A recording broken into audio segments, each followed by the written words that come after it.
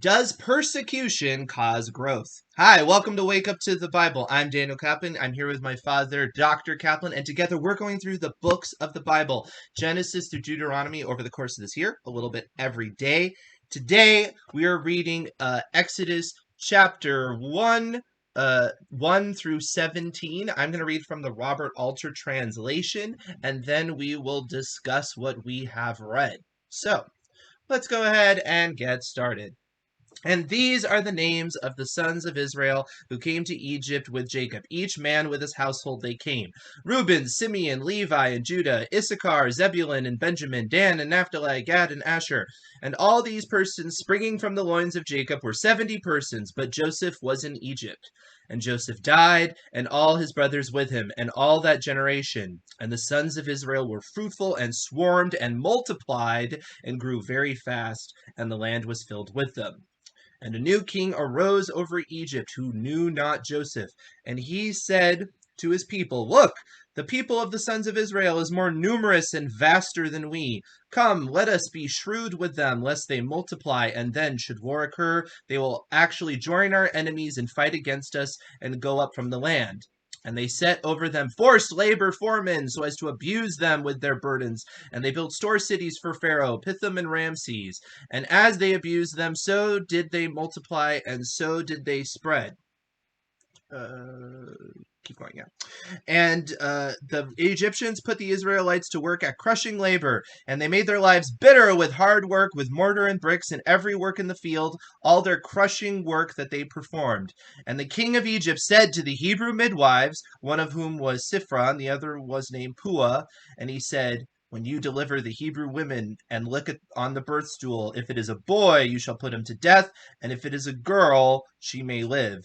And the midwives feared God and did not do as the king of Egypt had spoken to them, and they let the children live. All right, and we'll continue that thought about what happens to them. We got a little bit of a cliffhanger. They love to do that. But let us go back. So you were talking about the way that this blends right into Genesis before, that this actually starts with the word and it's like, it's like a continuation. We're supposed to think of this as a continuous thought. And immediately it does catch us up from where we were, all the people coming to Egypt and, Joseph dying, which we just talked about, so it's just kind of setting the stage, putting us back right where we were. So what comes to mind when you're looking over this beginning here, sir? The importance of the founders of the nation, which was the church of that era, of that period. Mm-hmm. That once again the names are repeated, and we have a what was called a chiastic parallelism, which we A B B prime A prime. You have the children of Leah, and then you have then you have then you have Benjamin from Rachel, but then you have Dan and Naphtali that are from Bilhah, which is Rachel's handmaid, and then Gad and Asher from Leah's handmaid. So it's A B B prime A prime. Does that make sense? But they are grouped by woman, by mother here, and then of course Joseph is separate because he's in Egypt, and the medieval commentator Rashi has already pointed out. He mentions, why mention Joseph again? The fact that he was in Egypt, to emphasize the fact that he remained the son of Jacob even when he was in Egypt. He didn't lose his virtue, so to speak.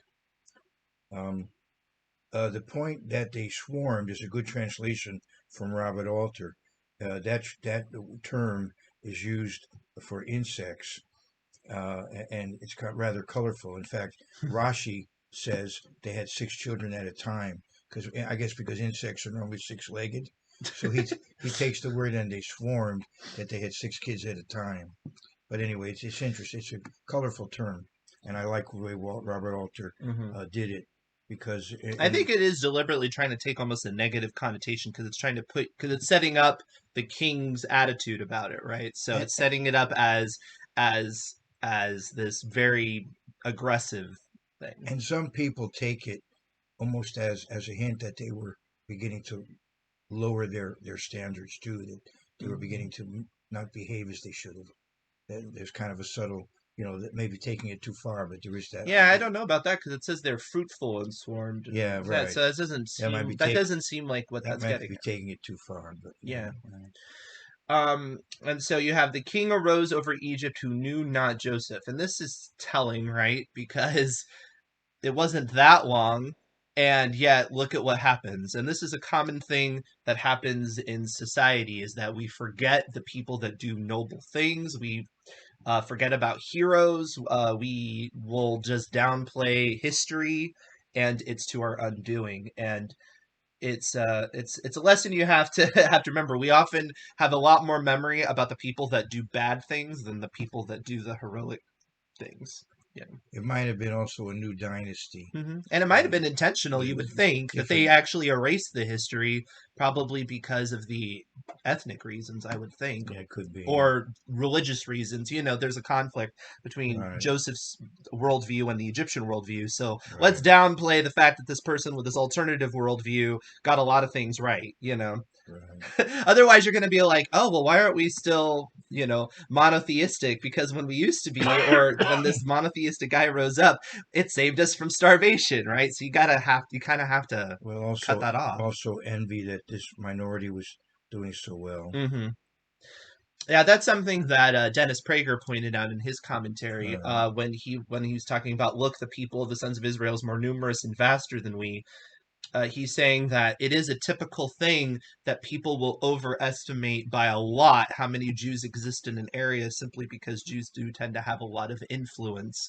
And it is common just in general when you are threatened by something that you exaggerate the problem. They used to call Johannesburg Jewburg. That's funny. So it says, come, let us be shrewd with them, lest they multiply, and then should war occur, they will actually join our enemies and fight against us and go up from the land. So at this point, he's not even worried so much about an insurrection so much as a coalition, right? Which that's interesting. But somehow, what's interesting about this, though, is somehow he thinks by being shrewd with them and making them do a lot of work, it's going to somehow adjust their behavior in terms of being able to have children. So it's like, I guess we're going to tire them out so much that they're not going to procreate anymore, I guess. No, I mean, I guess you could separate people out and stuff like that too. But just to make them subservient. that's true too. He's afraid they're going to be a fifth column, and then they'll leave. And he wants them to be there as a resource, but as slaves. Right. Now we had a situation like that in the United States where, the Southern whites had all these slaves, and they didn't know what to do except just keep them that way, because there was there were these two different groups together, right, and they wanted to maintain their superiority over the others, and the easiest thing to do was just to maintain the slavery system that was there, right, because to do otherwise would basically require assimilation right. of you, like you're gonna go, you're gonna have and you didn't want to do that. They wanted to have a strong separation, right? Yeah. And here, there's even another additional element, is that you have the religious differences too. It's not just a racial thing; it's a whole worldview difference potentially. Although we don't really know exactly where the Israelites were worldview-wise at this point. We're not entirely sure of it. Right. I would argue, though, that considering the way this ends, where it says the midwives feared God and did not do, that you at least have a clue that there were a lot of people that still cared, right? Because the reason why they do it, it doesn't say out of the compassion of their hearts, it doesn't say out of their human, it specifically says the midwives feared God, and therefore it led them to this brave act. So therefore, because at least we have a couple of midwives, I'm not going to write off the Israelites so easily. I'm just not. One has to be willing to stick his neck out sometimes in a system where the authority figure has just gone over the line from a moral point of view. Right. You have to be willing to stick your neck out like they did. We have examples like during the World War II where certain people jeopardized their careers to save as many as they could. Right. And they had, in some cases, there were negative repercussions for them. But sometimes that you have to do that. Yep. Now, getting to the opening question here on verse 12, it says, "And as they abused them, so did they multiply, and so did they spread." And this is kind of getting at the question, right? Does persecution often uh, actually accomplish the opposite effect? And it seems like throughout the Bible, you do have that often. And you can also see that in societies, right? You can see it that it's often when things get the worst for a certain group that there are insurrections, there's a counterforce that develops that you can only push people so far before the system is going to break. And I think that's something to keep in mind in terms of a positive thing when you see negative forces in the world. Like currently there's a lot of negative forces towards certain subjects, and I do think that I'm also seeing the pushback about that, and that's partly because it's getting so aggressive. And I think we need to keep that in mind. The biblical example is that when people really push hard is often when you see the positive force fight back. So Well, there are two aspects to that, because sometimes in history, people get a little bit, and then that encourages them to go for the rest. That sometimes happens too. when you get a little bit and you go for West, what do you mean by that? Well, the American Revolution was done by people who were fairly well off, and they were well off enough that they wanted the whole loaf rather than half the Oh yeah, loaf. I'm not saying it's the only way. Yeah, I'm just saying that we have to keep that in mind because right. sometimes we get doomer about it, right? We're just Yeah, like all these horrible forces, and we forget the fact that horrible forces can bring about a positive yeah, force. yeah. Pushback. Yeah, You know, okay.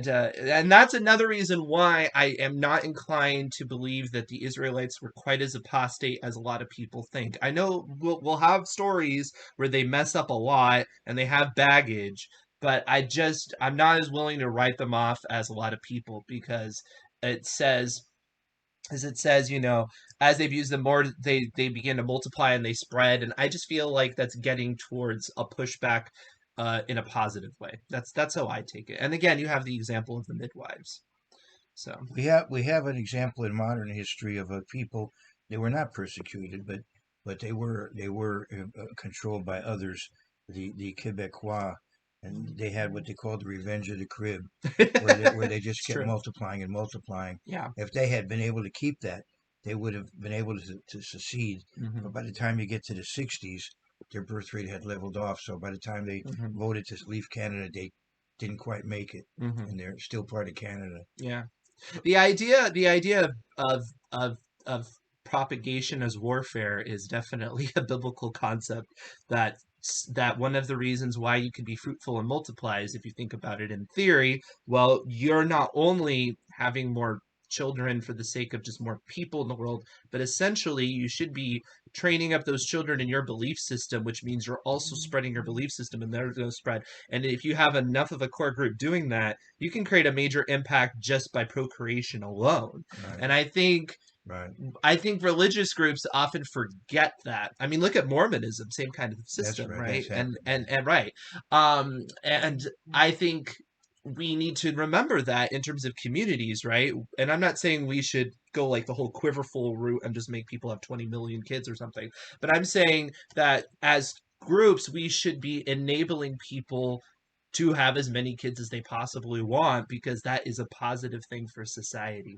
And I think way too often people are like, well, I don't know, can I really give them the proper life and all of that? And we have all these standards that come from culture, and that's not the point. If you have I look at Dolly Parton's family, right? They were dirt poor and they had a whole bunch of kids, but one of them was particularly talented and she basically bailed her whole family out. She has completely transformed that community.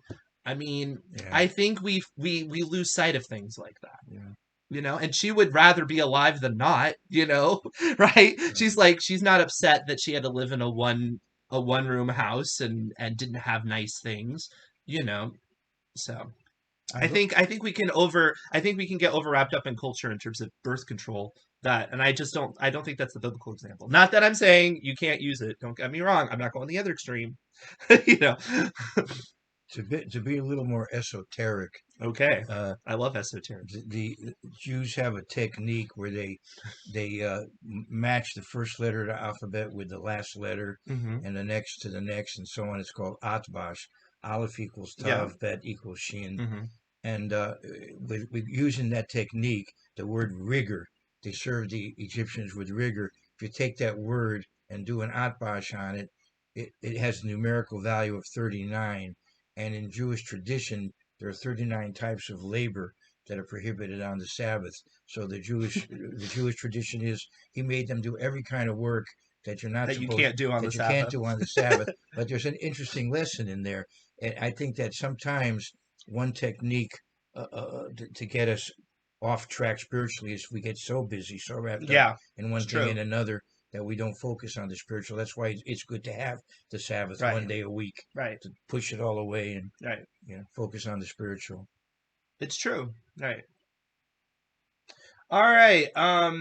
I do like to. This is something to point out because the Bible doesn't always do this, but we do have the names of the heroic midwives here, which is nice to have. And from what I understand, they are fairly popular to use as names. Um, I've not met anybody with those names, but it's probably, you could be right. yeah, I think in Israel it's more Well, I'm saying when I was in Israel, I don't remember meeting anybody named popular. Shifra or Pua, but it's possible. Yeah, I think Shifra is more popular. Very likely, yeah. Yeah, it's a little more. It's a little prettier sounding. Shifra also has a nicer meaning. It means like to adorn. It's Mm-hmm. like the name Shapiro. That's her last family name. Mm-hmm. Yeah. Yep. All right. So we're going to find out what happened to these midwives next, which gets a little controversial. And I love controversy. So if you haven't already, please like, subscribe, hit the bell, ring up your friends, and we will see you tomorrow.